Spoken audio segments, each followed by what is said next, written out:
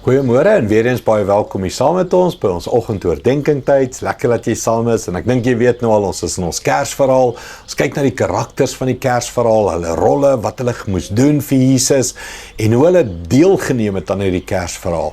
En dis baie belangrik. Ek wil dit weer sê. Nie almal kan altyd Maria wees nie, maar Maria het hulpers nodig. Nie almal kan Josef wees nie, maar Josef het bemoediging. Ek bedoel, ons het elke rol, iewers in jou lewe is jy Maria, iewers in jou lewe is jy Josef, en so kan ek aanhou.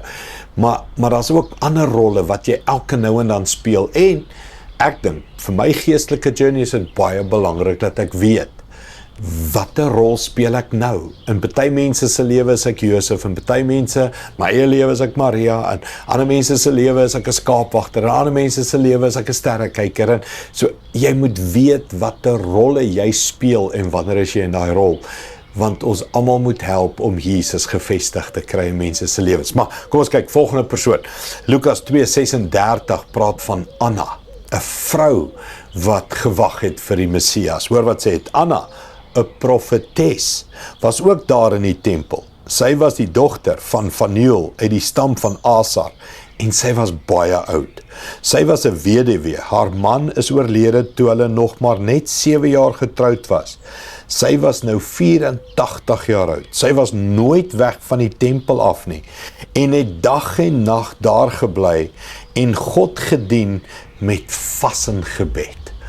'n toegewyde mens. Ons het gister gesien, Simeon, wat ook toegewyd geleef het die Messias gesien.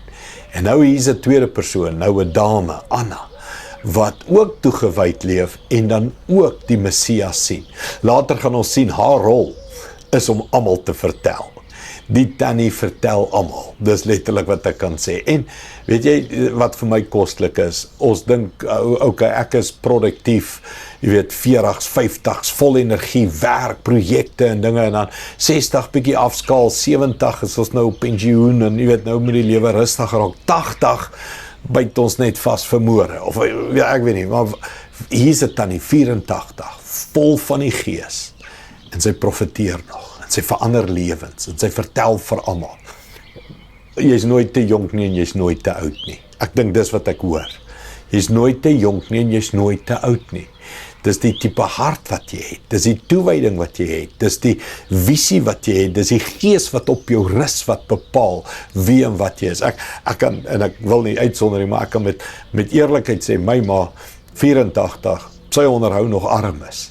Sy vat kos na armes, en sy kyk dat armes huise het, en 84, mense sê, tree nou af, sit met jou voetjies in die lug, kyk vir die see en die golfies, maar sy het nog 'n doel, 'n purpose, en jy ook, hoe oud jy is, hoe jonk jy is, leef met 'n doel, leef met 'n purpose, leef geesvervul, leef toegewyd, en die Here kan jou nog steeds gebruik, en daar's niks lekkerder, kom aan, ons almal weer, daar's niks lekkerder, as om deur die Here gebruik te word in elke seisoen van jou lewe nie.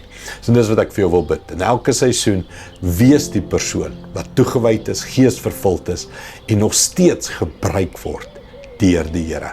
Kom ons bid dit saam. Hemelse Vader, dankie vir Anna, wat 'n voorbeeld. In 'n tydstip waar die lewensverwagting van mense maar skaars in hulle 40's was, leef sy tot op die ouderdom van in haar 80's en nog geesvervuld, toegewyd, dag en nag in die tempel. Here, ek dink aan soveel bejaarde mense in lewensentrum wat week na week by mekaar kom in hulle klein groepe, en hulle vertel en hulle praat, en die hele dorp lê vol van hulle stories van lewensverandering, getuienisse, kragtige dinge wat onder hulle gebeur. Wat 'n voorbeeld vir ons jongeres, om op alle ouderdomme geesvervuld, toegewyd, voluit vir die Here te leef en nog 'n bydrae te leef. Dankie daarvoor, Here, jonk of oud, in elke seisoen moet ons rolle ontdek en ons moet dit uitleef. Dankie daarvoor, help ons daarmee in Jesus naam. Amen. Dankie liewe vriende, sien jou weer môre. Trots geborg deur Evergreen Turf.